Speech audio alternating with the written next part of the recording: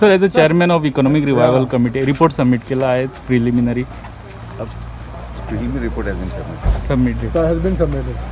Sir कितें आहा revival That will the CM's prerogative. Okay Okay. But overall aspect, if you see the present scenario and all, how do you see the situation as far as the economic financial situation? Economic situation The economic situation is very dire because there are no, everything is, there's no, the supply chain is affected, the demand is affected.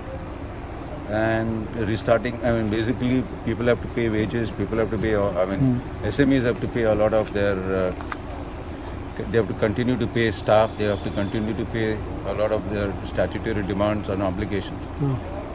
So hopefully we've requested for some concession, but I think all this, I think CM or the finance secretary who is the convener, I think they will, or the director of planning will be able to tell you more. कमिटीन new revenue options दिल्या गव्हर्मेंटाक